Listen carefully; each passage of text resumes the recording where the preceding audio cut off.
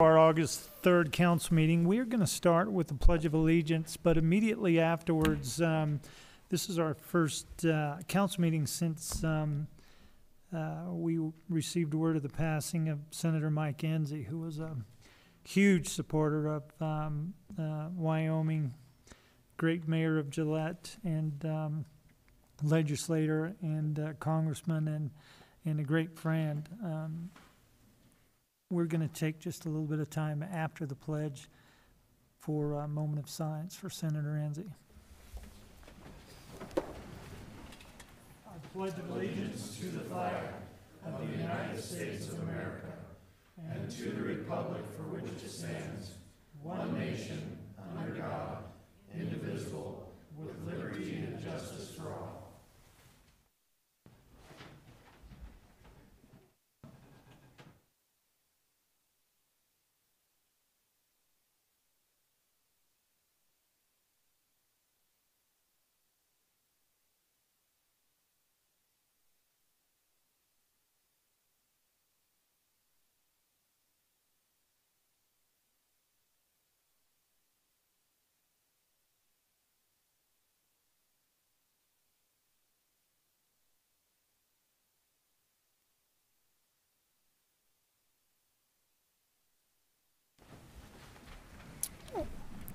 Thank you for that. We're going to start off with a roll call. Matt? Councilor Savage. Here. Robinson. Demas. Here. Zadi. Here. Halter. Here. Batolo. Here. West. Here. Hickerson. Here. Mayor Como. Here. Council, first order of business, I'd entertain a motion to approve the amended revised agenda that you have. So moved, Your Honor. We have a motion. Do we have a second? Second. Second's been called. All in favor, say aye. Aye. Any opposed? Any other business, councilors? Minutes from the city council meeting, 20th, 2021. Your Honor. Councilman Tolo. So moved. We have a motion to approve the minutes. Do we have a second? Second. Second has been called. All in favor, say aye. Aye. Any opposed? Okay, councilors, we're going to move on to the appointments section of our agenda. We have a couple of appointments to be made, and items number 1 and 2 are appointments to the Historic Preservation Committee. Mr. President, members of the council, I submit the name of David Tate and Katie Mullen to serve a notifying term as our representation on the Historic Preservation Committee. Council, you have before you the name of David Tate and Katie Mullen to serve an undefined term on the Historic Preservation Committee. Can I get a motion for approval? So moved. And a second, please. Second. Roll call. Councilor Demas. Yes. Zadi. Yes. Halter. Yes. Batolo. Yes. West. Yes. Hickerson. Yes. Savage. Yes. Mayor, you have your appointment. Thank you, Mr. President. Members of the council, Mr. President, I also submit what's not on your agenda, and an addition that came up late today from a county appointment of Councilman Halter. I am going to recommend the name of Larry Hickerson to serve as our representation and liaison to the Joint Powers Telecom Board. And Council, you have a recommendation from the mayor to appoint Larry Hickerson to the Joint Telecom Board. Can I get a motion for approval? So moved. And a second? Second. Roll call, please. Councilor Zadi. Yes. Halter. Yes. Batolo. Yes. West. Yes. Hickerson. Abstain. Savage. And Mayor? Yes. Demas. Yes. Mayor, you have your appointment. Thank you, Mr. President, members of the council, and thank you, Mr. Halter, for your service and for your continued service with a different colored T-shirt on. But Thank you. it's all good, and we appreciate your willingness to continue with that.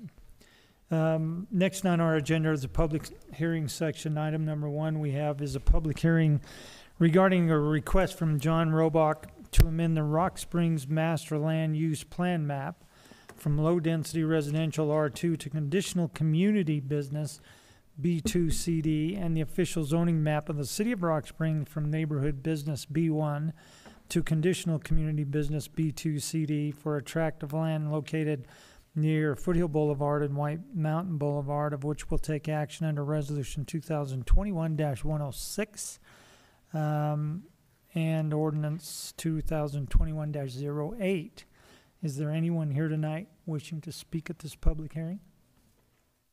Please, if you would come down, state your name for the record, make sure our microphone is on up there.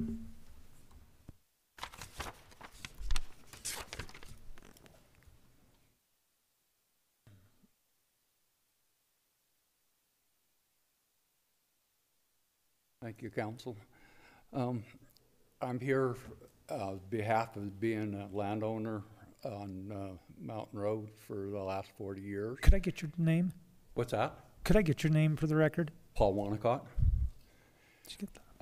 Anyway, during that 40 years, I had to have the zoning committee or zoning inspector come down to make my wall for my fence.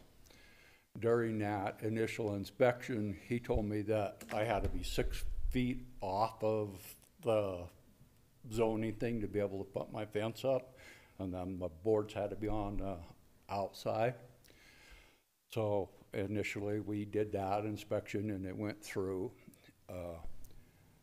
Then during this time we've had the gas lines come through, which I hear that you guys went through on the last committee, which I do know that those lines are hooked up and they are working.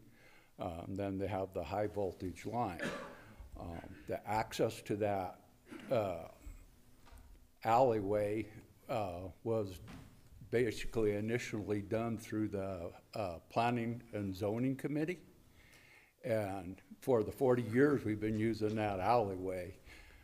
I understand that those people have the right to build. I have no ill will about them building, but I would like to at least have the access that was agreed on by the landowner, which I can't remember his name, but we had bought the property from, and which the zoning committee had done.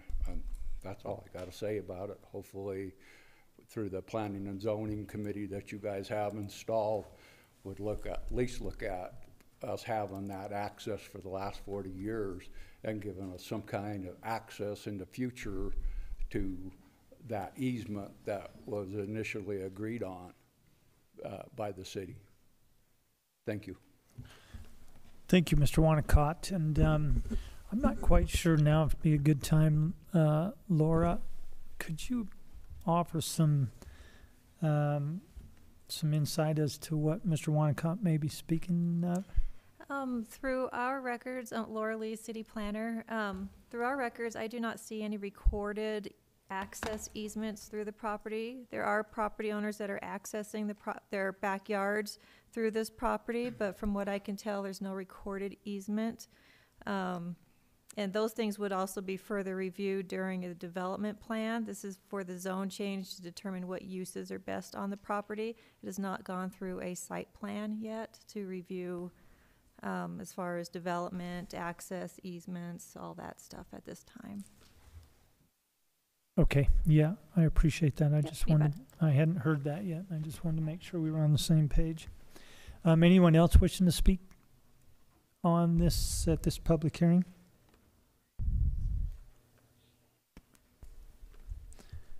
Okay, we have another public hearing in regards to a proposal to combine Justice Assistance Grant funding with the City of Rock Springs and Sweetwater County in the amount of $15,427, of which we'll take action under Resolution 2021-116. Is there anyone here tonight wishing to speak on this?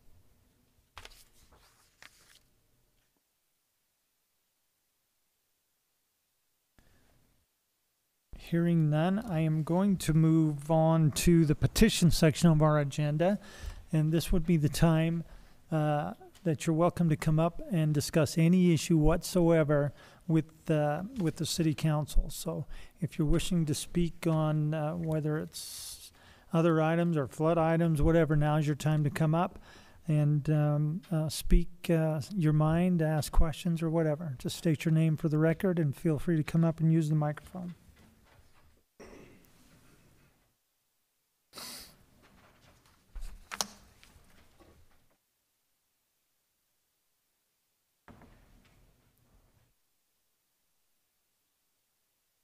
I'm here before you. My name is Erin Fulmer. I'm here before you because we were affected by the flood.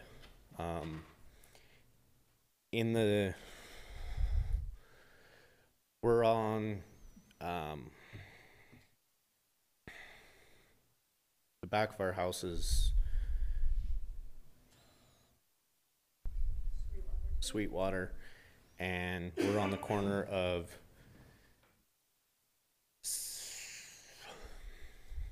Santa Cruz.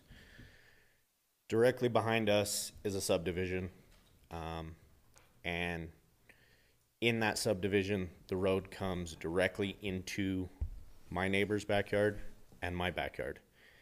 So any water that comes down that road comes across the road up to a 6-inch curb and up and over into our backyards. Also, farther to the west, there's the drainage ditch that has not been maintained. I understand there should be vegetation in the drainage ditch for erosion purposes, but with every little rain we get, silt comes off of that mountain and into that drainage ditch. It has never been cleaned out since that has been built.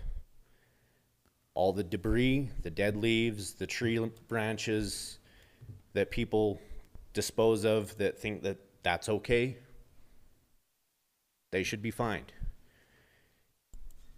You need to clean that out every year. There's people with thousands, $30,000, $40,000 worth of damage by negligence of not cleaning that out.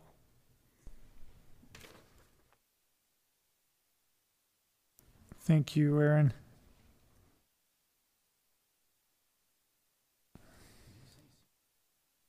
I believe Santa Cruz and Sweetwater. Thank you. Come on.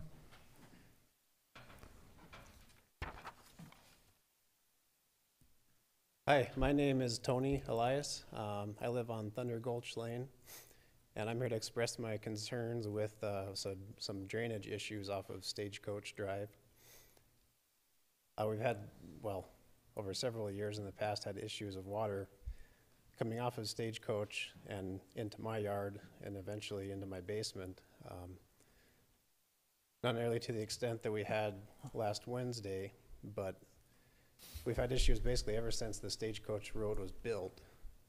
Prior to that road having been extended to be behind Thunder Gulch, the land behind my house was graded downwards so water could drain off my property.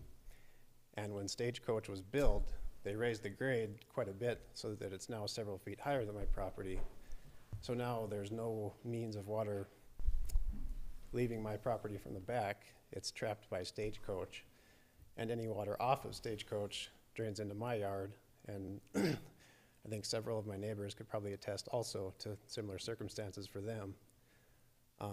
I've had issues in the past with even snow melt from the plowed snow off of Stagecoach that gets accumulated between my fence and the road, which there's a ditch, a grade there. And even that melting comes into my yard and eventually has, in several cases, made its way into my basement. So I guess that's my concern, is the drainage design of Stagecoach.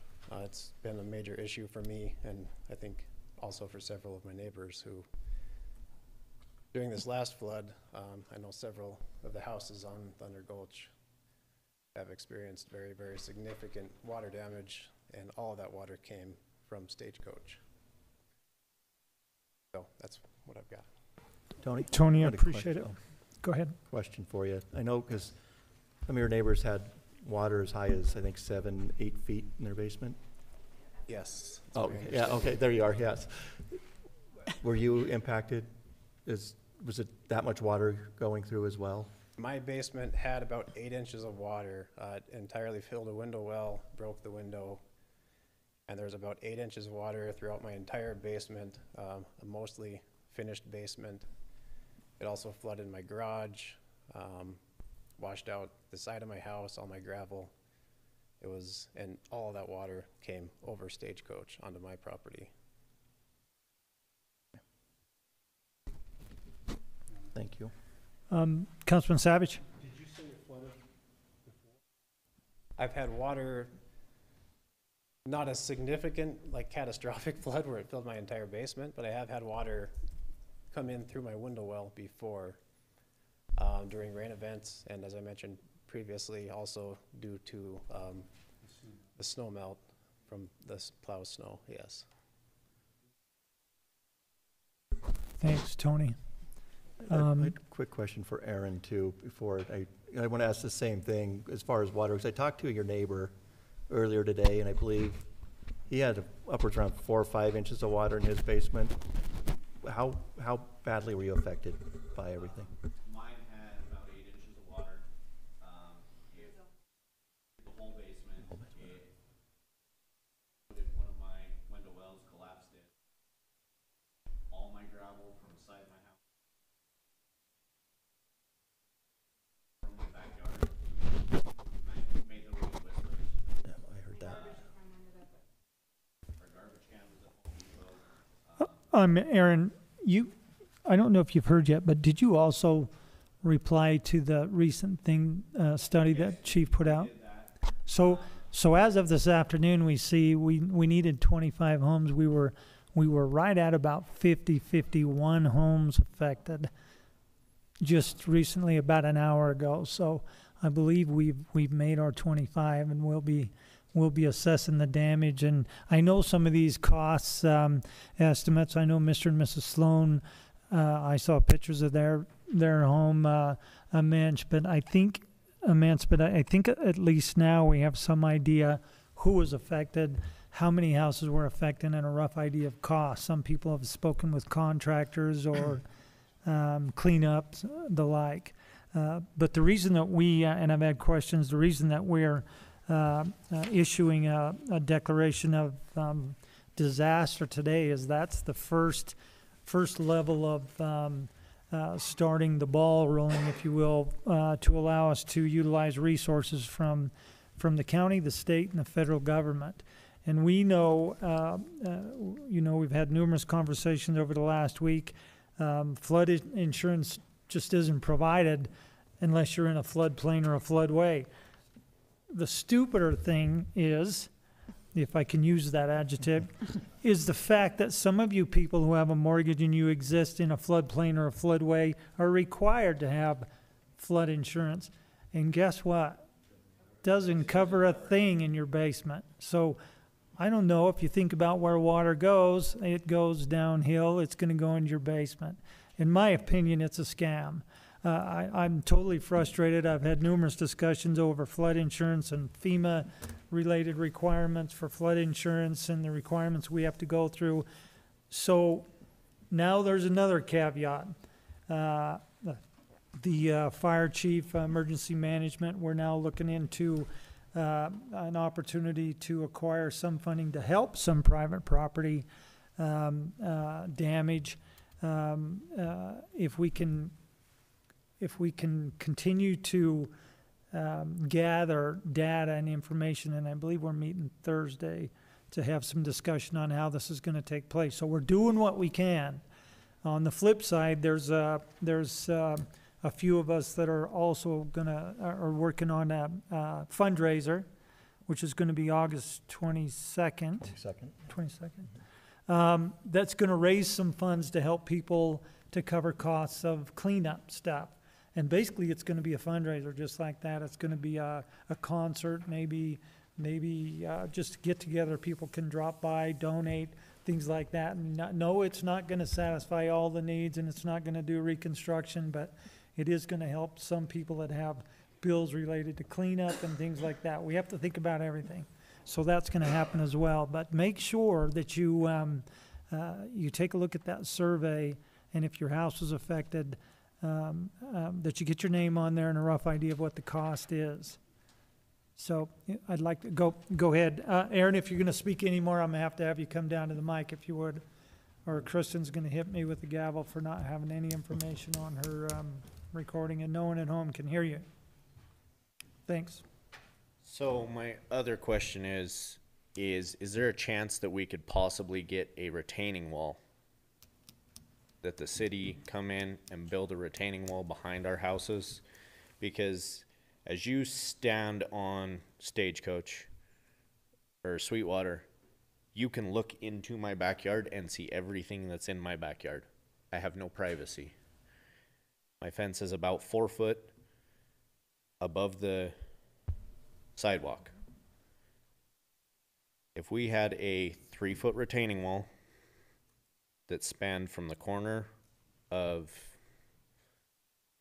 Sweetwater to the other corner of, basically the length of Sweetwater behind all our houses. Well, Foothill to Summit is what you're saying. Well, not Foothill to Summit, but Cascade. Cascade, yeah. to Dewar. If we had a 3-foot retaining wall, that would help with the water. Erin, just so you know, I've asked Mr. Kalsich and his staff to take a look at our transportation, drainage, and growth management plan, and we're having those discussions right now on where we see there may be areas that we could do better. So and we also have we'll make sure we improve an alley that. or a road that can go up to Sweetwater is blocked off. There's a fence. There's a couple individuals that keep their RVs there as personal storage. It could be an access for police, fire, if we were to actually make that go through.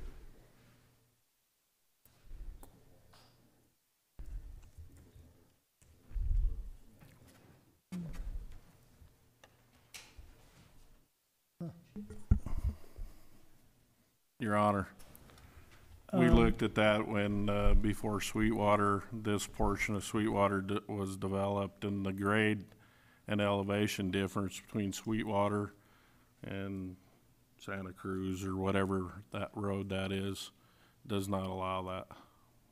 There's an extreme elevation difference between Sweetwater and that road that he's talking about. You're gonna have a very, Tahoe, yeah. You're gonna have a very steep grade trying to tie them together. Oh, I see what you're saying. Thank you. Okay. Thanks, Erin. Anyone else?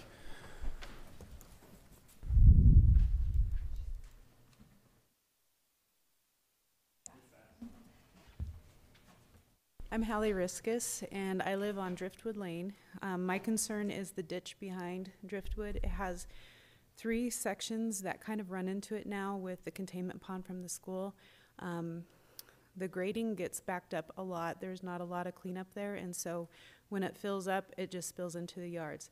Both of my neighbors have had flooding in their basements twice now in the last 5-6 years, I guess, because of that ditch. And so just a solution for it would be lovely. I'm not really sure how to go about that, but I do have photos if you need them.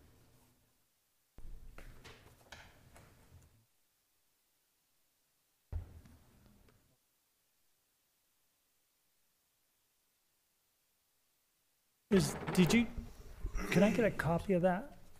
Is that, I'll get it from him after. Thank you. I've got a question, Your Honor. Paul? Councilman. Maybe for you. I ran into Dan Cioroli from school facilities the other day after the flooding. And that is, the land behind those homes is a school district property. And that drainage ditch there, is that he had mentioned that they try to inspect that once or twice a year. Is that school district responsibility for that drainage ditch? Well, it's kind of a split. Part of it's private, part of it's school, and part of it's city. Okay. Yeah, and that's, I kind of It thought it was. varies as it maybe goes through there depending on where it's located, but he had mentioned that at some part there were pieces of concrete and asphalt that were dumped in that ditch. And I think, I mean, it's incumbent on everybody, if we know those ditches are back there and we have one at our home, to really kind of maybe pay attention and see what's going on, but how do we determine, or how does a property owner determine whose responsibility it is? They call you, you want the, or is there? yeah, Your Honor, they can contact the city and ask whose responsibility it is. We have records, or it shows on the plats. In this case, it shows the portions that were developed during Stagecoach Elementary and the other school, Satellite High School. But yeah, they can call City Hall and check with engineering.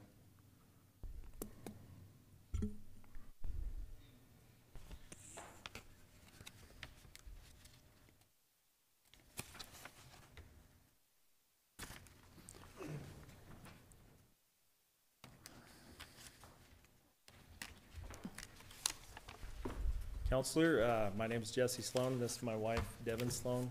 We're here to talk about the flood damage, and excuse me if it sounds like I'm rambling, but I haven't had the time to really sit down and think my thoughts out. Just wrote some stuff down on the way over. But first I want to thank the community for all the support and help we've had. We were out of town at the time when it happened, and people I didn't even know came and pumped out 22,800 gallons of water from our basement, and they really prevented it from going further up into the main floor, and I just want to thank everyone. My family and I have lived at our address for a total of 5 years, and within those 5 years we've experienced 3 separate floods that are not including this past,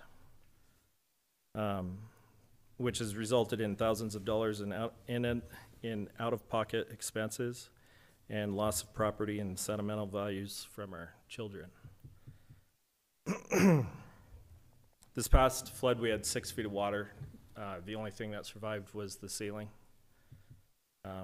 Regardless of what insurance says, the basement was our home. That was where we spent a lot of our family times.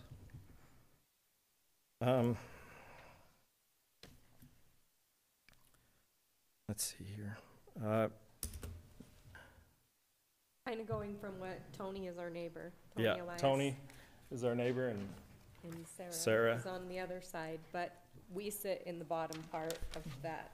We sit in between them. Yeah, we're on both sides, so the drainage ditch is across the street.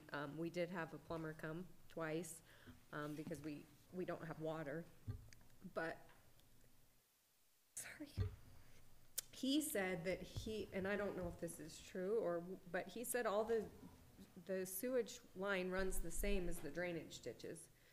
So when we get a rainstorm like that, it's also running in the same line as the sewage, and it can't hold all of that, so it just spits it out of that drainage ditch, so it doesn't even serve a purpose.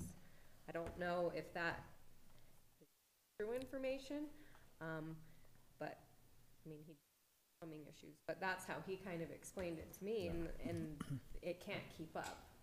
Somebody also told me that they saw fecal matter and toilet paper floating around down by Smith's, which could make sense of that. They all are running in that same, I don't know how any of that works, but I mean, kind of the same thing as what everyone's saying is there needs to be something. I mean, we can't, every time there's a dark cloud, run home and fear that we're gonna lose everything again. I just feel that there's inadequate drainage directly behind our house on Stagecoach. There's a drainage right behind us, and it clearly, obviously there was a ton of rain. We all know that. But in the winter, we've flooded because they'll dump snow along Stagecoach, and it goes right into our backyards, and we've had to replace carpet and personal belongings just from snow melt, you know. We can't, you know, be worried every time there's any precipitation and even snow melt of, you know, our home. And it's, prior to this, you know, it's all out of pocket, and we've dealt with it. And we poured concrete, which helped. We haven't had a flood since we've done that in our backyard. But, you know, we've lost a whole floor due to this. I think some sort of retention pond needs to be looked at out there, or, you know, the more that schools are being built out there, it's displacing water just down to our neighborhood. And there's no surface area for the water to go anymore. Well, Jesse, you're exactly right. Back in the day, somebody asked me a little while ago why we built that stupid wetlands park by Smith's. Yeah. There was a reason why we built the stupid wetlands park by Smith's, is because it was the drainage. It was the center of the drainage. If you remember back in my day, that's where everybody met to go see how far their truck would go through the mud, and then they'd have to call somebody to come and pull them out. But we had several developers who came down and wanted to develop that land, and there was no possible way the city was going to allow them to build something in there, because it was, first off, being in the floodplain, it was going to be extremely expensive, but it was a mess. And I think Laura was here, Paul was here. We made a run at purchasing that area so we could build some a wetlands park. And just so you know, none of that water, the wetlands park is put in there by anything but groundwater. We don't put water in that park. So you can see forever those lakes inside that area are full of water. That's groundwater. There's no water put in that park. So what was happening is that drainage, which now is up on Reagan, up in that subdivision, and the detention basin, which was designed to hold a 100-year flood, with all that whole drainage was coming down through there behind the school and everything before any of the houses was built, and it was just wiping out the Smiths area, the Taco John's, the whole area. It just couldn't take it. So we went upstream from there and started to require each subdivision to have a detention pond in it.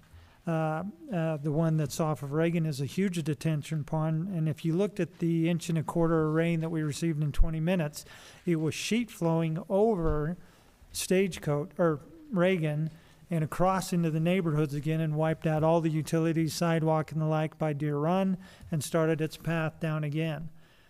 You guys were affected with the sheet flow that took off the mountain and basically bypassed the summit channel, which was already overtasked, and then creeped over the top of Stagecoach, and then ended up in your yards and down through those residential areas. So we had this discussion again about just where and when we need to consider additional detention basins. There's another subdivision planned on the north side of Stagecoach now. Yeah. It's coming. And so I hope to see a detention basin up there, but I think really what we need to do is concentrate on where these areas are, and they could be outside of our corporate city limits. We know that. This is one of the reasons why we put the detention basins out to the south and the east, because it doesn't necessarily have to rain in Rock Springs. I watch the clouds, and basically you can go watch the wall of water that's going to come out down Dead Horse or off the mountain or the like. It doesn't have to rain here. It's all going to gather, and it's going to end up in one of these drainages, and eventually, I'm sorry to say, in people's basements like yourself. So we're going to reevaluate that again, but I can tell you over the years, we've done everything we can to make sure we have detention basins, and we designed for the 100-year flood study. The Summit Channel was that same design, and to make sure that weeks before that we go out and start to clean. The problem with cleaning those drainages is immediately when you get the sheet flow and everything comes off the mountain and all the way, Dead Horse, that drains all the way out on 430, miles out there. To the Continental Divide, we get water there, and then immediately you get all the sagebrush and everything else. So it's a work in progress, and we need to continue that. My thoughts are, is we need to have some sort of diversion ditch that cuts similar to what was requested as a retaining wall on the north side of Stagecoach, which runs from Foothill to Summit. But then it hits Summit Ditch, and then you overtask Summit Ditch, because then you pick up all that water, and now we dump it into Summit, and now it's overtaxed. So, you know, we don't get these events very often, but when they come, which they do, they're catastrophic. And it's so unfortunate, and it's frustrating for us, knowing that there's very little we can do, especially after the event, other than, you know, try to add some resources and help, and knowing that your flood insurance, you either don't have it or it doesn't cover it. It's very frustrating. Detention basins, in my opinion, are the answer. They help. They help slow down the water, and then we control the water as a release into the system. And when you get sheet flow off the mountain and through the desert like this, it's hard to plan for something like that. And I feel so sorry for those people, and we're going to continue to look for resources and try to find ways to help. But there's no way to replace some of those things that you lose in your basements and where you live. So I don't mean to continue to rant on, Jesse, but Thanks for your time. I understand that, and you guys did fill out the. I see that, so we'll be in touch, and we're going to see if we can find some sort of assistance.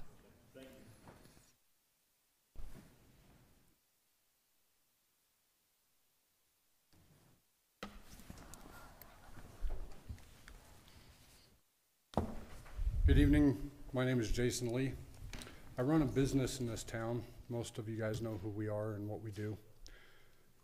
Mainly here tonight in support for the individuals that are affected when these catastrophic events do take place. One of the things that I can contest to, especially in those neighborhoods, is we provide a weed control service. I have several customers that their homes are right next to the easements or right next to walkways between from schools or behind schools. They're not cared for. There's no cleanup. There's no weed sprays. Half the time, the customers will actually pay us an additional charge to spray those areas because they're not being tackled fast enough. Those are certain areas in those neighborhoods where we experience the same problem. Understandably so, we continue to have these issues. It happens. It's not something that's controlled. You know, it's Mother Nature, and it's going to take its course. We've got to find a way to mitigate these problems and not continue to let them happen. There's a reason why we do these things like you were talking about, putting these drainage ditches in that would absolutely help in certain areas. But when we have undeveloped land and there's nowhere for it to go, we've got to start thinking about the bigger picture and go back to basics. When people built Rock Springs, it was built on mines. We started filling holes with concrete, started filling these shafts. Why? Because of the problems. We continue to keep expanding in our communities and growing, but we're not paying attention to what's going on in the bigger picture. When you see the same areas being flooded every time, whether it be downtown, whether it be over on Thunder Gulch, whether it be on Stagecoach, whether it be on Blair Avenue, I drive around and I watch, and the same areas constantly have the problem. So then we have to go back and look at the drawing board and kind of try to figure out how can we mitigate this from happening anymore. How do we allow people to not lose their businesses or to lose their homes? And until somebody is affected by a catastrophic event that takes place you know, from Mother Nature, you don't understand what it's like to lose everything. I've been in a place where I've lost everything. And until it affects the people, the very people that can make the changes to help mitigate these problems, it's not abundantly clear that that's like super important. It's important, we talk about it, but a lot of times we talk and then nothing happens. And so I'm here on support for my best friends that have gone through what they went through, and also seeing what I see just in the neighborhoods of taking care of weeds. You know, behind one of the schools, as an example, one of my clients, there's a fence, then there's a chain link fence. So they own their property, and then there's a chain link fence. And there's a good 12 inches of field or weeds that the school takes no responsibility for, and that's not their property line, so they're not responsible for it. So now who becomes responsible when there's 10-foot weeds on the backside of these people's fence? So going back there, you know, I end up spraying it and treating it because I'm mitigating the problem into their backyard. Same thing with example of where we spray that extra area for that customer, and we see it too often around town. So I hope that we can make some changes in whatever we need to do, and needs to get done fast, because I don't want to see these people or myself go through this, you know. But I appreciate your time, and thank you.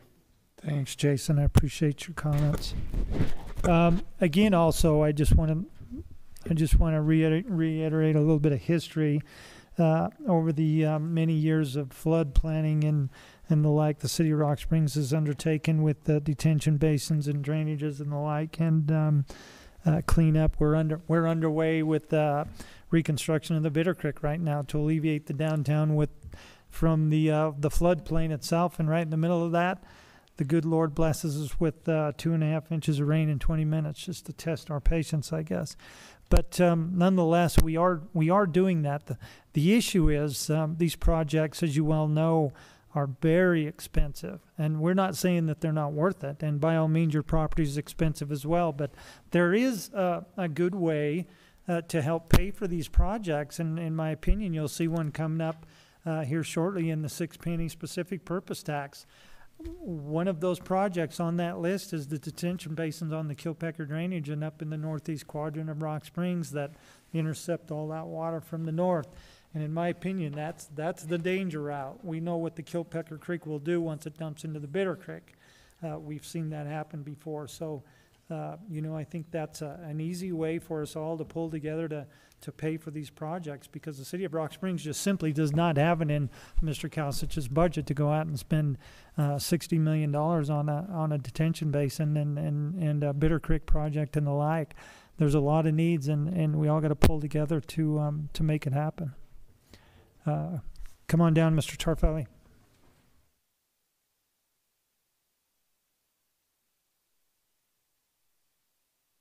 My name's Tony Taraphilli. I live on Driftwood, and we also received a lot of damage. But my question is, the Summit Drainage, I'm wondering where that's at, if it's still going forward. One time I was under the understanding long-term goal was to take it all the way to Signal. It was, along with the road. That was the long-term goal, but as I just explained, with that comes funding. So you wait for developments to move north, and you do another segment, and you being in the building business understand that you have to tackle it piece at a time. But in my opinion, this storm here, and you never know where they're going to hit. In my opinion, the reason that our residents received the damage they did, including the Sloans, was that water sheet flew off the mountain and it bypassed the north end of Summit Channel, and it come around and jumped over Stagecoach and ended right in their lap. So the goal is to move that infrastructure further north, and maybe we have some protection there. Yeah, because I always thought it was going to be a training exercise for the Army Corps engineers.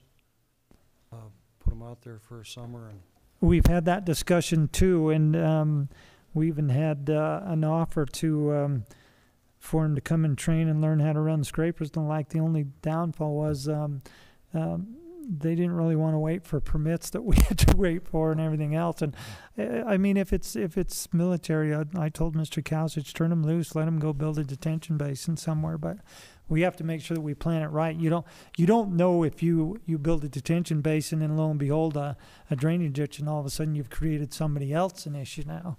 Yeah, I mean it's an overall package on the assessment of where people are, the elevation of where they live, and how all the hydraulics work together. Yeah, because that is and always has been a big draw that comes towards Driftwood. Right. Okay, Yeah. that's all I had. Thanks, Tony. I appreciate it.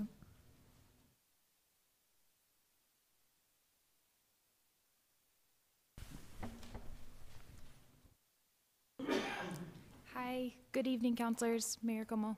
My name is Calli Holzinger Harrell. You might recognize my name from your email inbox. I live at 1109 Applewood Drive. I am just off the corner of the retention pond off of Reagan and Foothill there. That retention pond was overwhelmed. Sorry for my tears. We lost our basement due to this and many belongings, just like the Sloans did. We had just recently finished our basement and fortunately didn't have any furniture down there yet because it was so new. But everything else was damaged, drywall and floors, and our windows are blown out and they're now back ordered, thank you COVID, for another 4 weeks or so. I just wanted to come here tonight to share my story and to ask for help. Our backyard was so full of water that we couldn't bail it out. There was nowhere for it to go. So I just wanted to share my story and to please just ask for help from the county and from Rock Springs to help our young family not go through this again.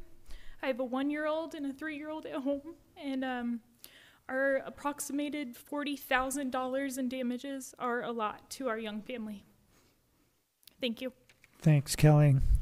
Hang in there. Know that we're doing everything possible to find resources and help. Sarah Gaffrey, sorry. Live by the Sloans and all this.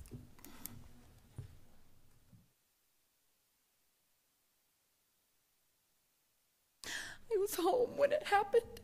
I was downstairs in the basement with my daughter, holding a bucket because the window well wouldn't hold the water. And I stepped back, the window started shattering, and I stepped back, and it busted, filled the basement. About 2 feet of water. Again, luckily, thank you very much for the community help. People showed up, didn't even know, stopped by and helped. Thanks, Rock Springs Fire Department, for letting my husband come home. We lost a lot as well. And again, this is not the first time it happened. It's flooded before. My husband, we had put in new windows. We had a company come and put rock and gravel around our window wells so they wouldn't flood again. Did everything that we could to try to prevent it. Again, strange disaster it did. I saw it in the backyard come over our fence, fill the backyard. That's why I went downstairs, kept checking the window well, and that was when then it was entering. Very scary, but just wanted to share my story, same with her, that we're extremely affected in a financial way, so any help would be appreciated. Thanks, Sarah.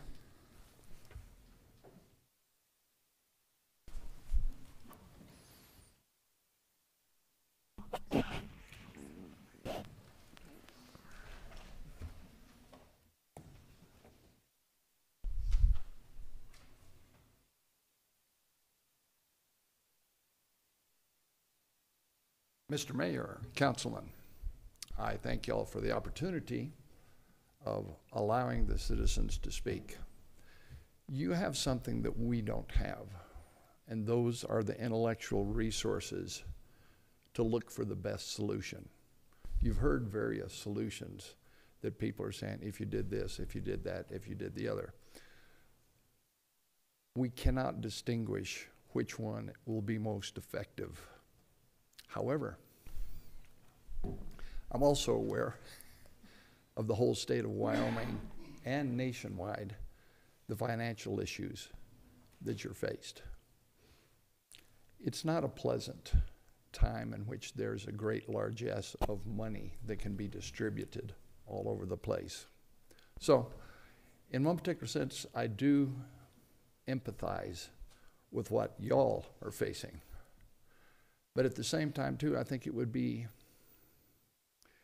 difficult to make any other conclusion from everyone that has come up tonight to say there is a problem, and it's a severe problem. Just to give you a rough idea, we just finished having cleanup done, and we did not suffer as much as some people. It cost over $10,000, and that was a going rate. Strip out the carpet, doesn't even cost strip out the carpet, sheetrock, insulation, etc. like that. Now, replacement, we're not even going to talk about, except it's somewhere in the neighborhood of about $15,000. If you multiply that on the basis of some of the people that here, it has been very catastrophic to many parties. And I dare say that many people don't have those funds available. And so this is a battle that they're having to face. But at the same time, too, if they were to move and sell their houses, one of the first things that prospective buyers would say, well, has there been any flooding here? And then people would say, no, because we're just trusting. Well, I don't need to continue on basically talking about everything, but you do have the cards that we don't. Y'all have the intellectual and the research capacity that we can only guess at. The only thing that we as individual owners can do is to defend our property, whichever way is possible. However, that doesn't solve anything, because water being what it is, it will flow. And if I have a retaining wall, my neighbor is going to get it. And that's exactly what happened to us. We had a flood 20 years ago that came, and we got something like about over a foot of water, and everything had to be replaced in our house. And we put up some preventive barriers, and this was off Cascade, and they came in, and Cascade, I was not even concerned about that at all, because I could see the water had gone up above the sidewalk, but it had still 2 other barriers before it actually get into our window wells, so I felt safe. I was wrong. Because what it did, it jumped Sweetwater, and the first gentleman that spoke, it went through his yard and the neighbor's yard, and it was a sight to behold all the way down Monterey. We had a literal river, and that was 2 houses, but it jumped that barrier. Now, end of examples, but basically, if you apply it, and you spoke of something about a retaining pond, Mr. Mayor, is that connected to any other voting issues? And the reason I ask that is a lot of times voting issues are packaged. But is this a standalone issue? I think that everyone here, If you're speaking about the project we were going to propose on the 6-penny tax last time, and will most likely make the list this time, was a package, and that was one of the projects in the package. Okay. Well, I was just wondering, and this is my input on a possible solution. I think that what we're looking at is major enough that it might pass if there were to be just an increase and explain what it was. Now, I know other people say, well, I live on a hill, so I'm going to vote against it. Hey, right. Human nature is human nature. We have the same discussion time and time again. I mean, however, you do have, and sifting through what you do have and hold in greater degree than we do, is the information and the intellectual know-how how to develop this. So, anyways, you guys have a challenge, and I feel for you guys. Ours is just to make sure that this doesn't happen to us again. Right. But I thank you so much for letting me speak. And for the record, in the mic, will you state your name for Kristen? My name is Kim Brazington. I live at 3526 Monterey. Thanks. We only got about 4 inches. our neighbor got more, and then the others, well, they were inundated. Kim, did you see the survey that was sent out? No, I did not. as a If you matter of would, please look for that. Oh, you Yes, did? my Okay. wife, she saw it. Our bosses are always on to it, I know it. Good thing I we will have not those. comment on that, Mr. Mayor, for obvious reasons. But thank you so much. Thank you, Kim, I appreciate it. Anyone else wishing to speak tonight?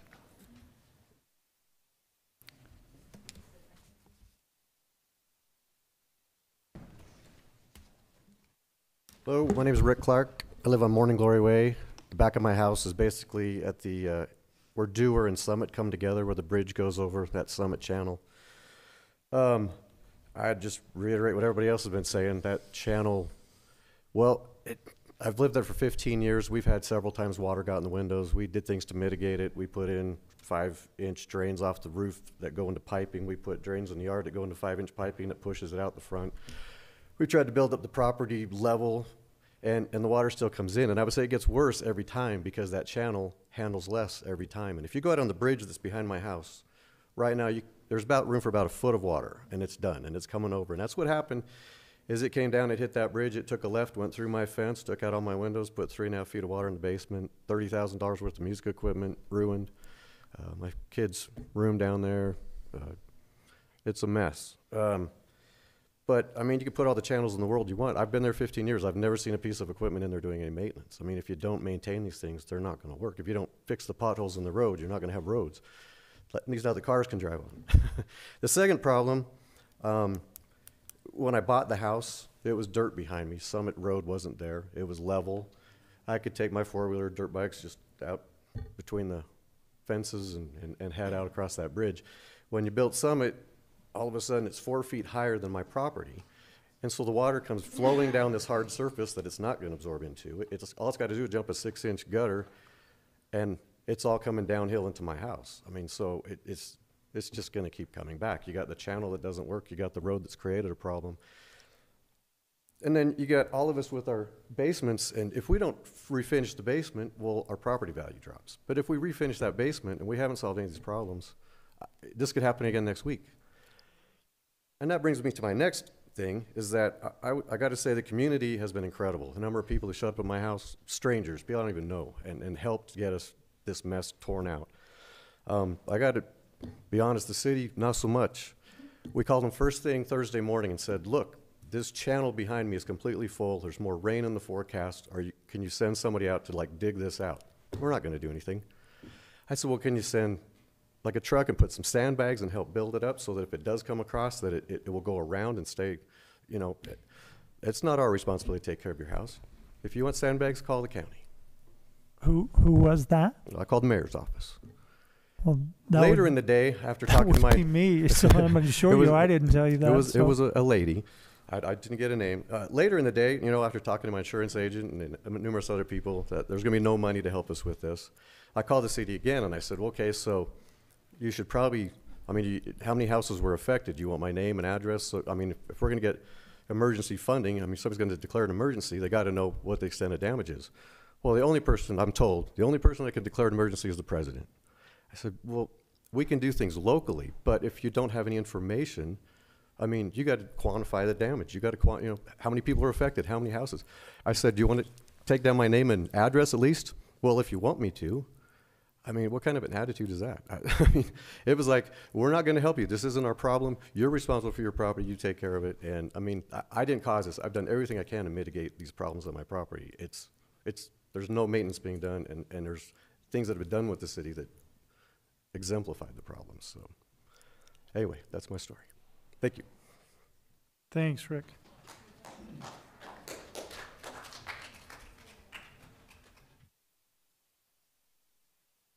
Oh, hello, my name is Vanessa Johnson, and I live on Morning Glory Way, and our backyard butts up to Dewar Drive. We're actually Rick's neighbor, so we're having the same issues with that Summit area right there.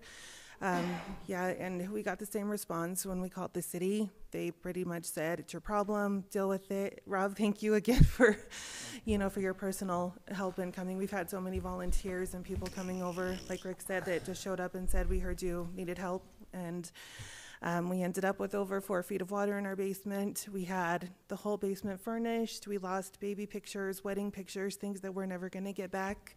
Estimated $40,000 to $50,000 worth of damage.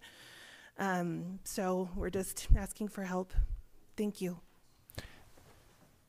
Vanessa, just one question. You called the mayor's office? So I called the 352-1500, I believe is the number that I was given, and the lady that answered was just very, pretty much like Rick said, standoffish. You can try. It's not, you know, it's not our problem.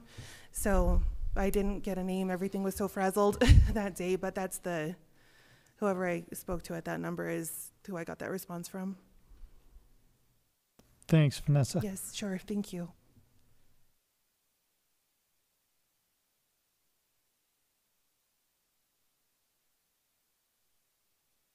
Hi, my name's Lacey Brown. A lot of my neighbors were affected. I was minimally affected compared to them, but the biggest thing I just kind of want to ask and kind of get information for everyone is, what are the next steps? So, you know, you explained that, you know, a state of emergency needs to be declared. What does that mean for the city? What does that mean for the homeowners? What does that mean for next steps going forward? What's that look like? If you were to vote to say, yes, we're going to go forward with a state of emergency, what does that mean? So is money going to the city? Does it go to the homeowners? Does it go to businesses? Does it stay within the city? What does that mean for the homeowners, people that were affected? I know we talked about fundraisers. I mean, I guess just being upfront and honest about what our next steps. Is there going to be any kind of help if a state of emergency is declared? Is there not? So at least if you know up front that yes, there will, or no, there won't, they know how to go forward. And that's the part of what else can we do if there isn't going to be any kind of federal funding, state funding, city funding, whatever. What's that mean? So we can kind of know how to go forward with next steps. Oh, Ms. Brown, first off, the disaster declaration basically doesn't necessarily mean financial. It means resources, where maybe we could have assistance, whether it's manpower, equipment to like to fix, repair, those kind of things. It could be financial, but it'd only be related to public infrastructure. Therefore, the FEMA grant, there's the second part of this, which Chief Walmsley has been looking into, and the survey went out because we had to have a minimum of 25 homes affected to be eligible for the assistance. That's where we are now.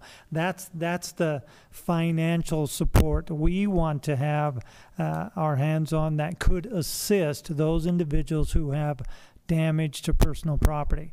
So the survey went out. We're trying to assess the damages. These are big things to get your hands wrapped around. I was saying earlier, just before I walked into the meeting, we had I think upwards of 51 people that had signed on. Jim may be tracking it right now to know. And each one of those people, and I know it was a guesstimate, they guesstimated, what am I out? What did I lose? Maybe I had a contractor coming in. I know I've done this before, and this costed me $6,000 to $10,000. Some are up there of $40,000, but we have to have a number. And that's where we are right now. And where we are with that is a meeting that'll take place Thursday on to our abilities to go after that grant, meet with FEMA, and see if we can secure those funds to help private property, because the declaration, it's just like flood insurance. It's not going to help private people. It's going to take care of what we need to rebuild our infrastructure, city infrastructure, public utilities, public streets, public sidewalks. So the other thing is more important. Now there's another phase to that allows financial assistance to communities. But the caveat to that is we wouldn't have to have had tracked $1 million of damage in order to be eligible. And speaking with the city attorney and our staff, we don't know that we would make that, but it's most important that we try to take care of the private property people. We just needed 25 people to sign up on that sheet, and I think we're there. Chief, I don't know if you want to add anything else to Yes, Your Honor, where we right are. now, Right now, we're up to 59 people that have signed on, and as you mentioned, we need a minimum of 25 impacted homes. That doesn't necessarily get us to that individual impact assistance through FEMA. They base that on orders of magnitude, and in speaking with Kim Johnson from the National Flood Management this afternoon and this morning, he was speaking specifically about the flash flooding in Lusk a couple of years ago. They had 100 homes that were impacted. 10 of those were destroyed completely.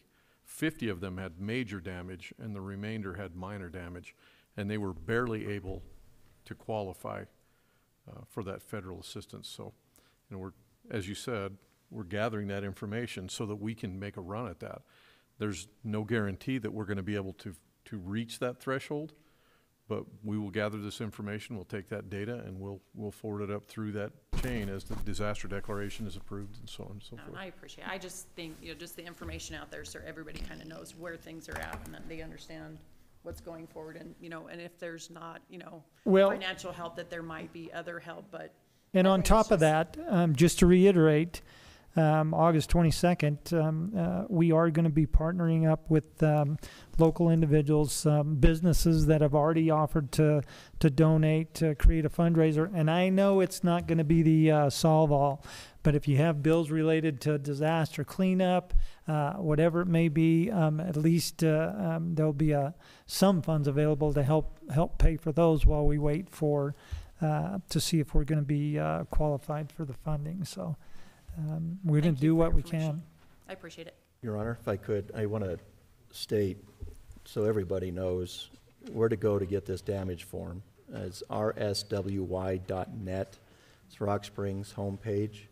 And in the middle of the page, you'll see a menu, some tags of news, events, and how do I. Right underneath that, you'll see a link for flash flood damage form. Click on that and complete it, no matter what your damage was. If you're affected by this, please fill it out.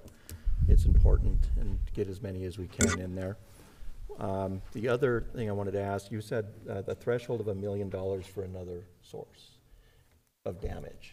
Is that damage? For municipal, for the city. For the city damage, not private? No. Okay. No, okay. City.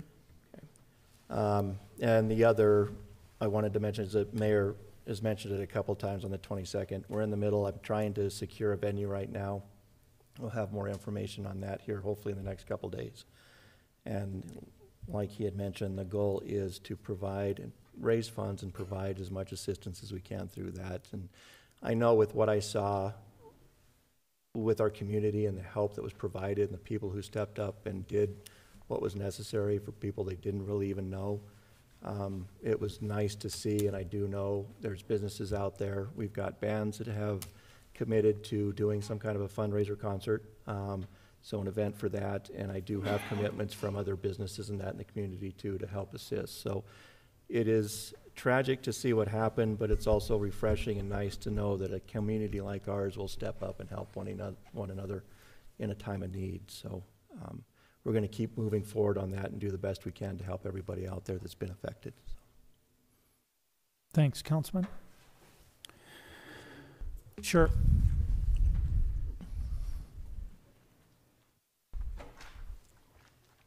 Thank you, Mr. Mayor and Council. Just one quick question, and you can educate me. I have not been on the city's website in a while. Is there a link in a such place on the actual website? One of the things that's very great about this community is everybody does come together. And that's one of the greatest things that I love about this community. It doesn't matter who you are or what you're affected by.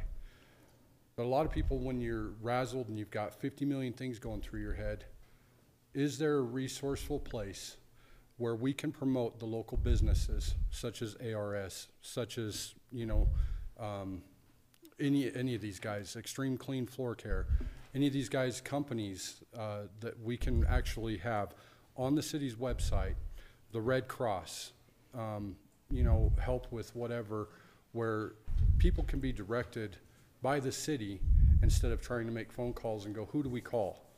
You know, who do we reach out to? It's already too late by then. So if there's something that's not on the website, is that something that we could possibly potentially look at in creating a tab with some resources of local businesses that will help get out and take care of what we need to.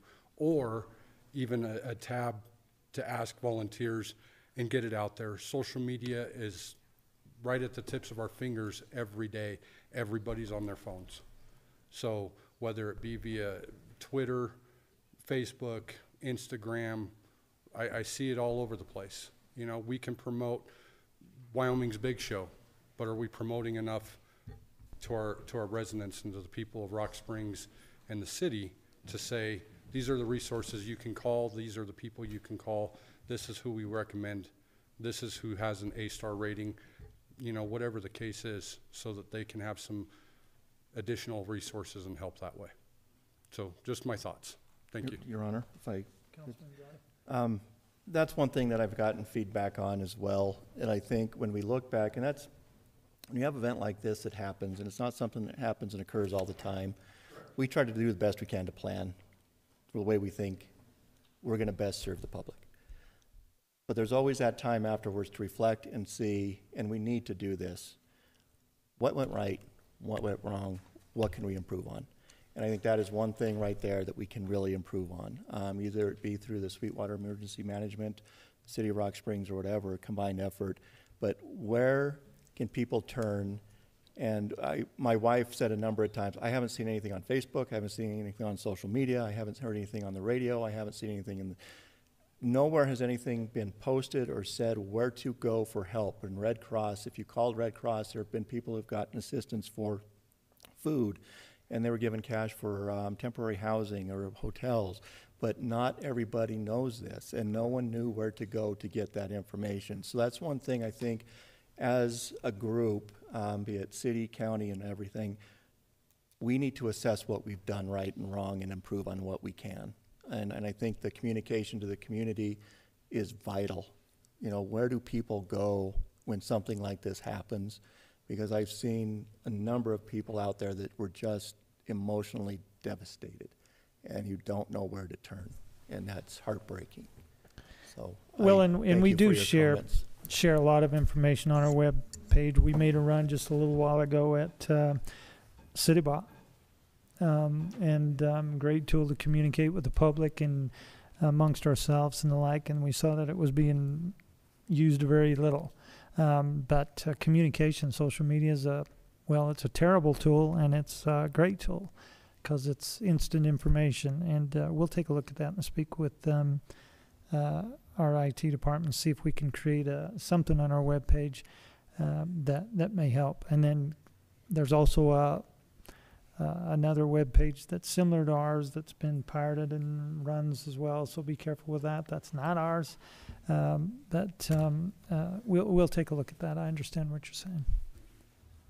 Anyone else?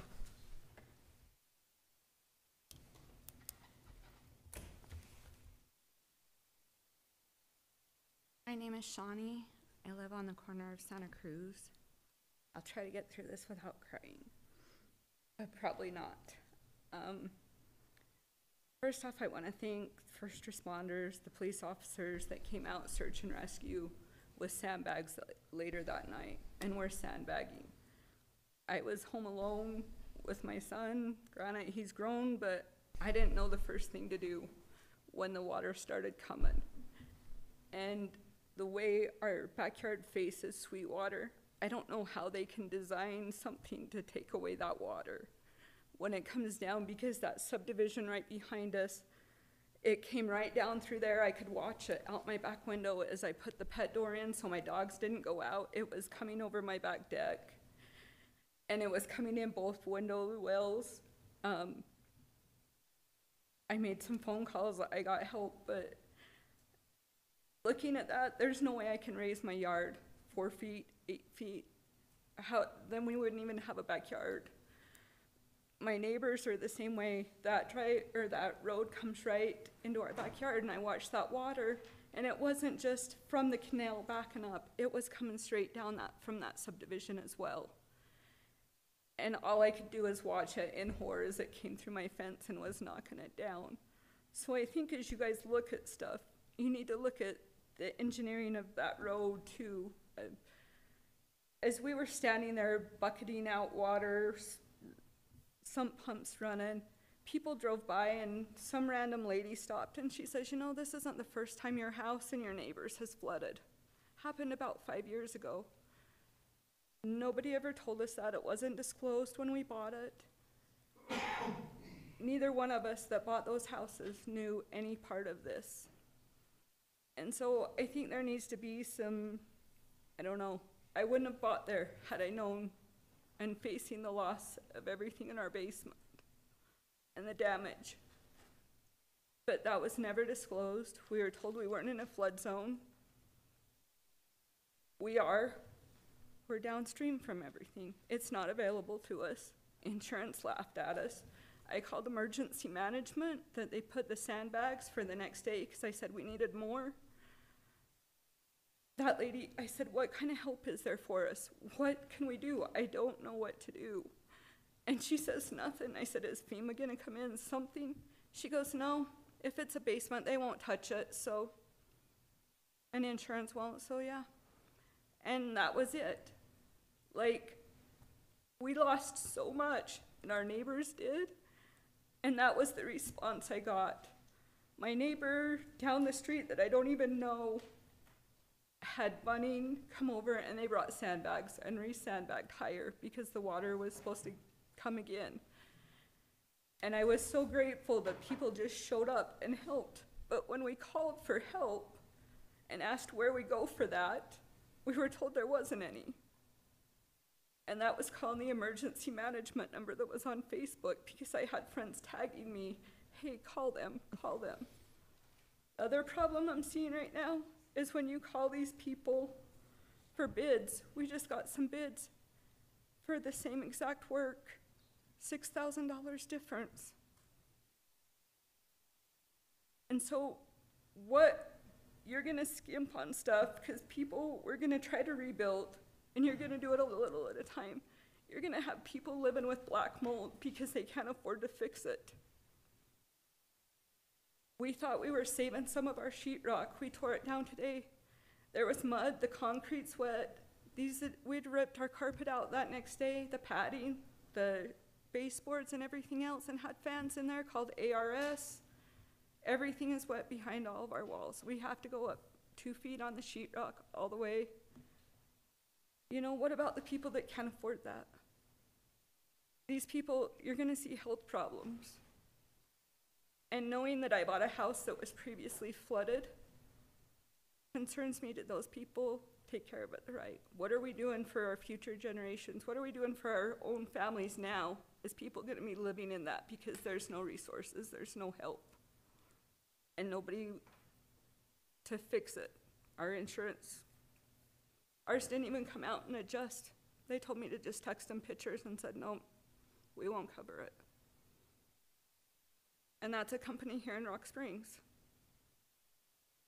And it's very disheartening and very concerning to me of what's gonna go on.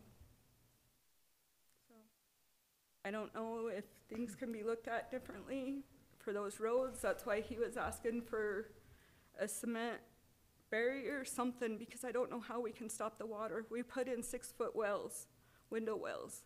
They're $600 just to put a window well in, just to try to help get it that much higher so that next time it don't blow it out and rot it. But I don't know what the answer is for us. We don't, I mean, the diversion dam, yeah, that did cause a lot of it, but the other part, what are we gonna do to stop it?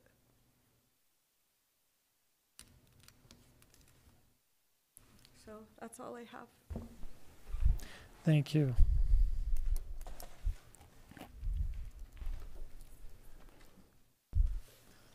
Your Honor, I've got a comment. Councilman West.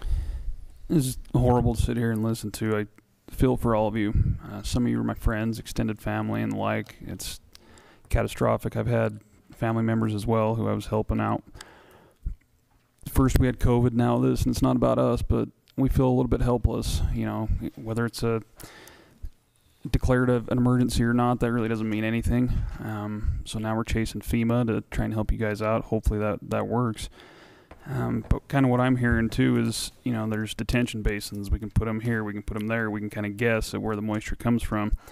2015, it was downtown. You know, we did have some detention basins. We had the issues with, you know, grates plugging up and things like that, and maybe there's, you know, more maintenance that needs to be done. But I'm also kind of hearing that we probably have some drainage issues on just the sloping, the grading of Stagecoach or Summit or Sweetwater. So in the immediate kind of future, what can we do to address that for these people? It's not just these 2015, 2021 rainstorms that, you know, we physically can't account for. When you get 2.5 inches of rain in 20 minutes, you know, I don't think anyone can prepare for that, but we shouldn't just use that as an excuse. What can we do to fix that so these people don't have to worry about snow plows coming through and flooding their basement or whatever the case may be? How can we adjust with something not, you know, that might take 2 to 3 years from now on a 6 cent initiative or the like?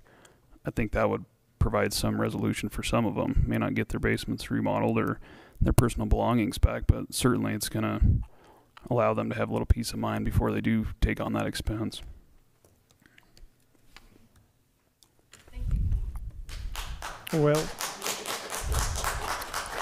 Well said, and just reiterate that one of those issues that I stated earlier, and Councillor West just stated, is a critical project is detention basins on the north and northeast side. So if you see the specific purpose tax come out, that's how we're going to pay for it. There's not funds to pay for it in any other way than with us all pulling together, and that's everybody in the city of Rock Springs. So with that, anyone else wishing to speak?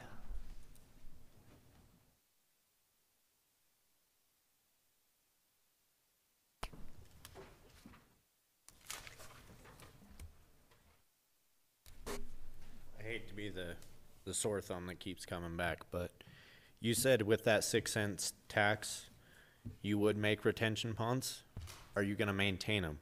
Detention ponds. Are you going to actually go in and dig them out every year, every 2 years, whatever it takes? Because if the silt comes down, it's going to fill it up. What are you going to do the next time?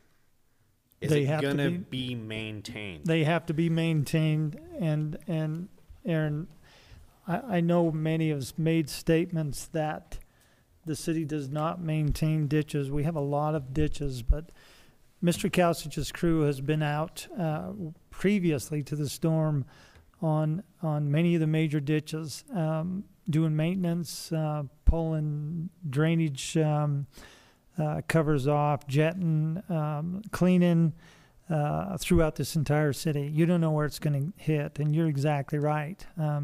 One of the reasons that we stated we're working on the Bitter Creek is just that, to dig it out. It's been hundreds of years of sediment, and when you have those events like we did, you got to go in and you got to do maintenance. You got to dig them up. You got to spray for weeds. You got to pick weeds, whatever it is, to make sure that they can hold their capacity. So yes, that's part of the program. So if we're going to maintain them, then we should probably start with the ones that are already full.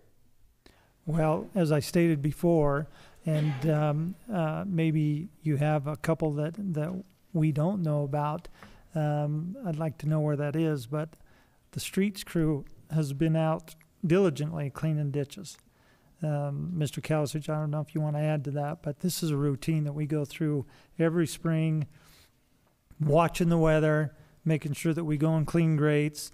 We go outside the corporate city limits, even upstream, to check the detention basins and culverts and the like. It's part of the maintenance program. Okay.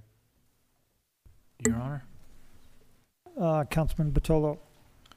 Yeah, a couple of times you've mentioned the northeast side. Could you be a little bit more specific as to where you would want those? I've got Google Maps up. Basically, they're up along Lion Coal area, back in there. Okay. Where we were proposing the, I think we called it the North Belt Route area. Northeast Detention Basin. Yeah. Yep. So up behind Desert View and in that. Correct. Area. Okay. Yep. Those are the ones. Anyone else? talked about the ditch behind Driftwood belonging to the school district, the city, and individuals. Okay, can the city press the school district to clean that up? I have it on my list to discuss that one with Mr. Kalsich, so, yes. Thanks Good- for those good pictures. point. That's pretty bad. That's pretty worthless. Yeah. So. Thank you. Anyone else? Well, I appreciate everybody's comments. Okay. Really quick, I would just say 15 years, I've never seen equipment that summit. Never seen equipment. Thanks, Rick. I appreciate everybody's comments. Trust me, it's not been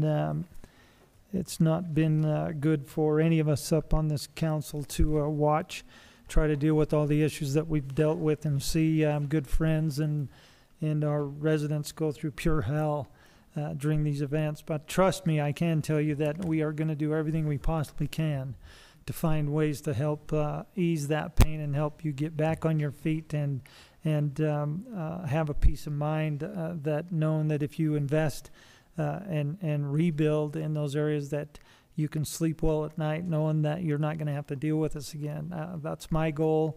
That's this council's goal, and we will do what we can to help mitigate. Of course, no one can make promises on what Mother Nature's going to do. It's going to do what it's going to do, but what we can do as human beings and city leaders is to put our best foot forward and try to address the issues that we know that we may need to address. We have great staff.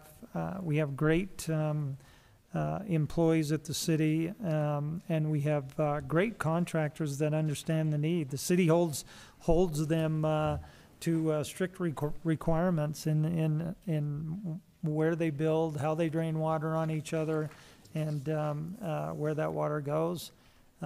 We just need to make sure that we continue doing a better job, and we'll do that.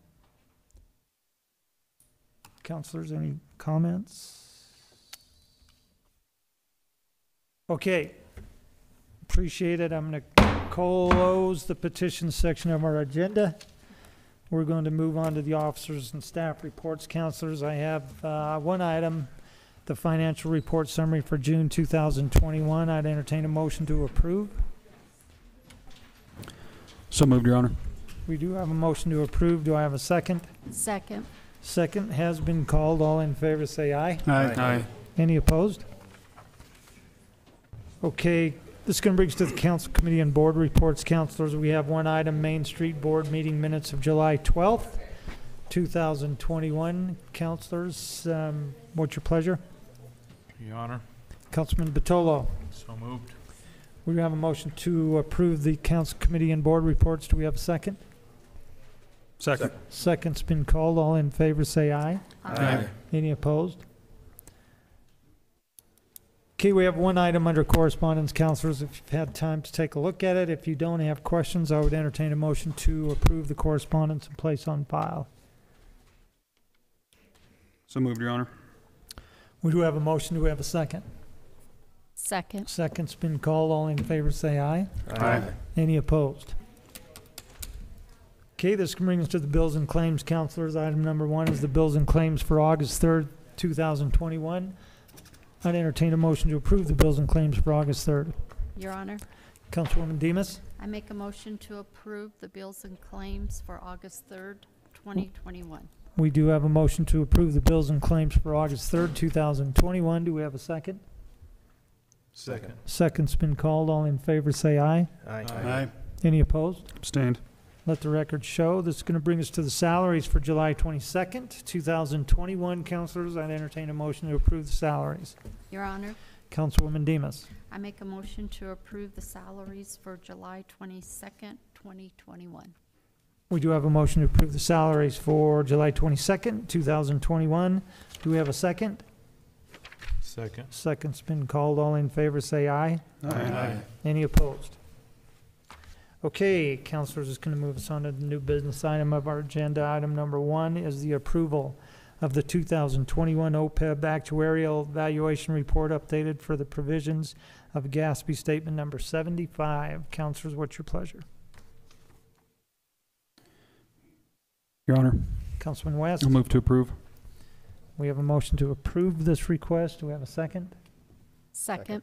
Second's been called. All in favor say aye. Aye. Any opposed?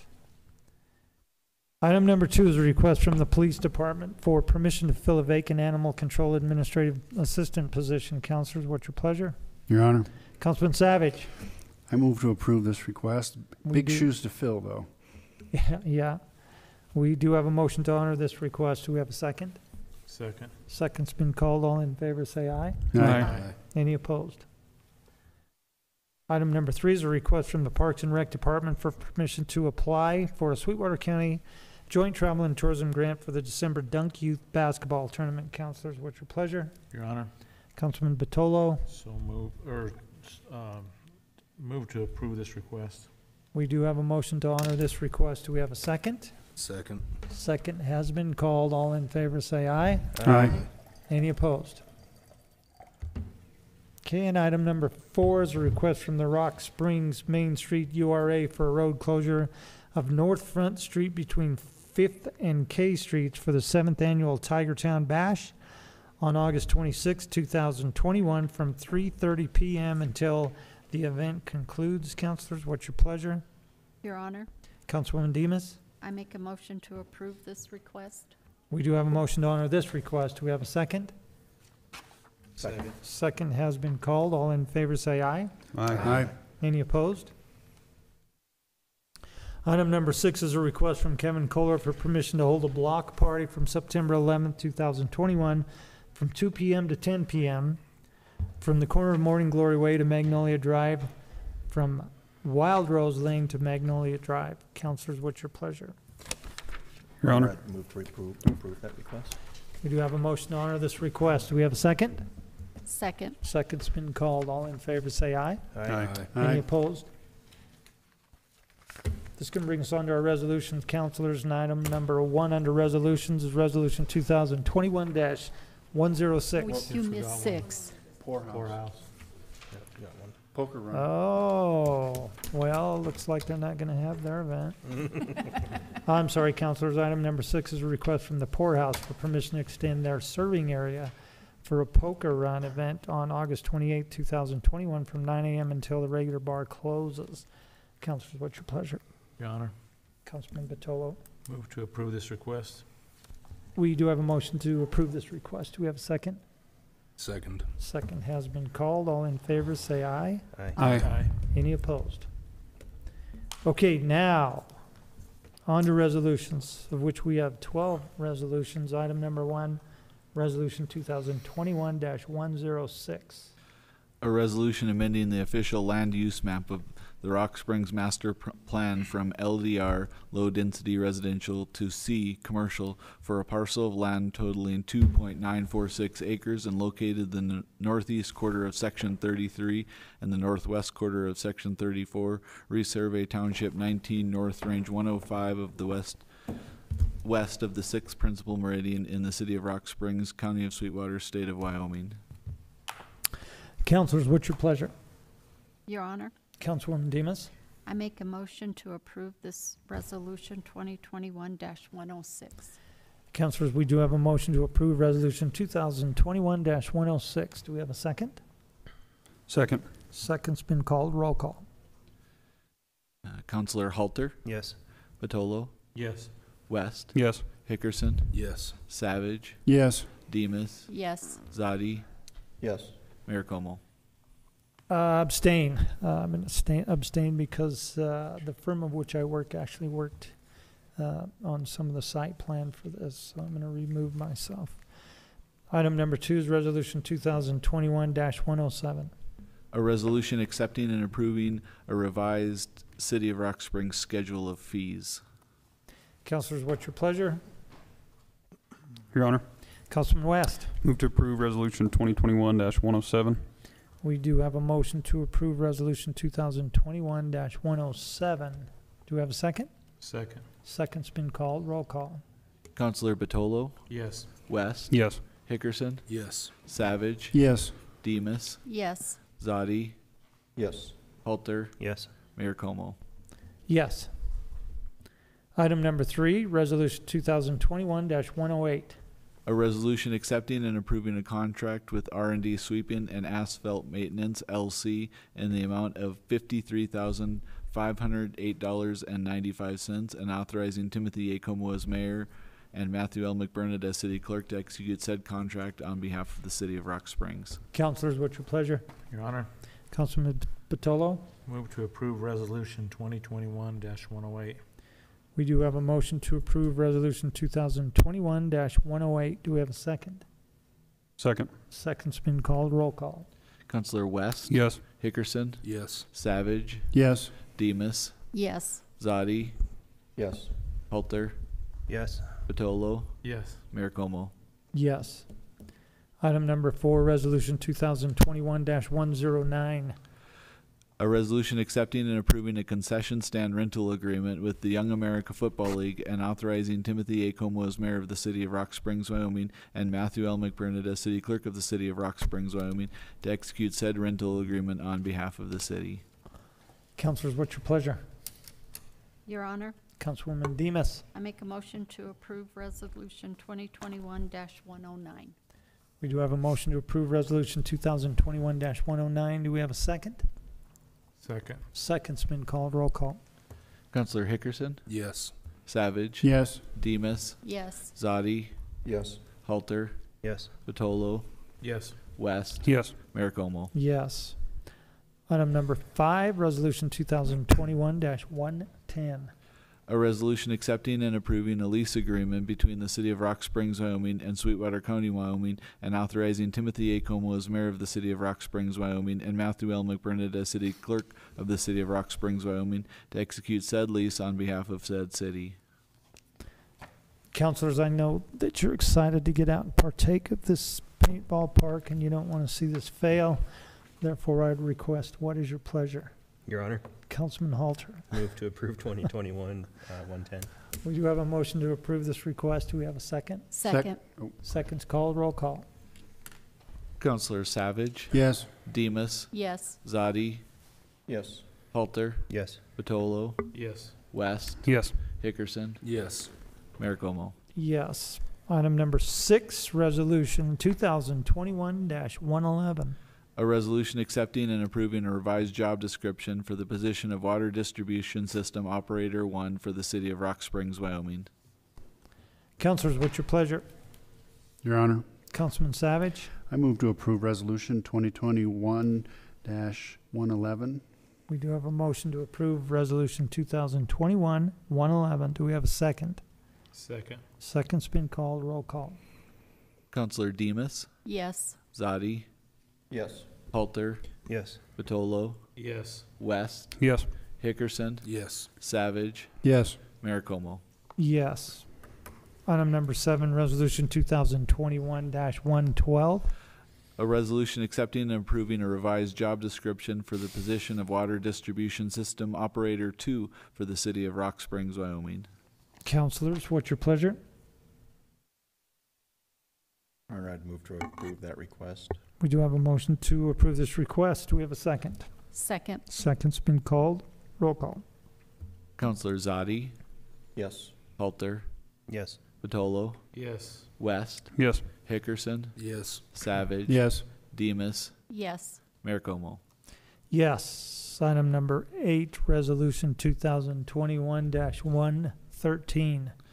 A resolution accepting and approving a revised job description for the position of Water Distribution System Operator 3 for the city of Rock Springs, Wyoming. Councilors, what's your pleasure? Your Honor, Councilman Hickerson. I move to approve 2021-113. We do have a motion to approve Resolution 2021-113. Do we have a second? Second. Second's been called. Roll call. Councilor Halter? Yes. Patolo? Yes. West? Yes. Hickerson? Yes. Savage? Yes. Demus? Yes. Zadi? Yes. Mayor Como. Yes. Item number 9, Resolution 2021-114. A resolution accepting and approving a revised job description for the position of water distribution crew supervisor for the city of Rock Springs, Wyoming. Councilors, what's your pleasure? Your Honor, Councilwoman Demus. I make a motion to approve Resolution 2021-114. We do have a motion to approve Resolution 2021-114. Do we have a second? Second. Second's been called. Roll call. Councilor Batolo? Yes. West? Yes. Hickerson? Yes. Savage? Yes. Demus? Yes. Zadi? Yes. Halter? Yes. Mayor Como? Yes. Item number 10, Resolution 2021-115. A resolution accepting and approving a revised job description for the position of water distribution superintendent at pay grade 64 for the city of Rock Springs, Wyoming.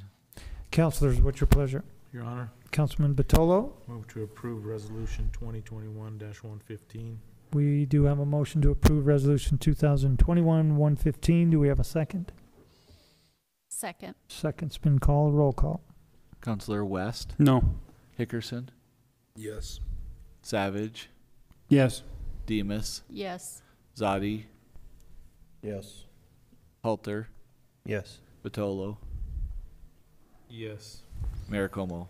Yes. Item number 11, Resolution 2021-116. A resolution accepting and approving an interlocal agreement Justice Assistant Grant Program Award 2021 between the County of Sweetwater, Wyoming and the City of Rock Springs, Wyoming, and authorizing Timothy A. Como as mayor of the City of Rock Springs, Wyoming, and Matthew L. McBurnett as city clerk of the City of Rock Springs, Wyoming, to execute said agreement on behalf of the city. Councilors, what's your pleasure? Your Honor, Councilman Savage. I move to approve Resolution 2021-116.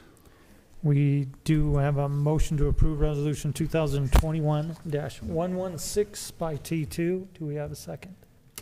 Second. Second's been called. Roll call. Councilor Hickerson? Yes. Savage? Yes. Demus? Yes. Zadi? Yes. Halter? Yes. Batolo? Yes. West? Yes. Mayor Como? Yes. And item number 12, Resolution 2021-117. A resolution of the mayor and city council of the city of Rock Springs, Wyoming, acting in their capacity as the Rock Springs Emergency Council, formally declaring a disaster and state emergency within the city of Rock Springs and invoking emergency powers. Councilors, what's your pleasure? Your Honor, Councilwoman Demus. I make a motion to approve Resolution 2021-117. We do have a motion to approve Resolution 2021-117. Do we have a second? Second. Second's been called. Roll call. Councilor Savage? Yes. Demus? Yes. Zadi? Yes. Halter? Yes. Batolo? Yes. West? Yes. Hickerson? Yes. Mayor Como? Yes. Councilors, it's going to bring us to our ordinance section of our agenda, which we have two ordinances. First ordinance, 2021-07, third reading.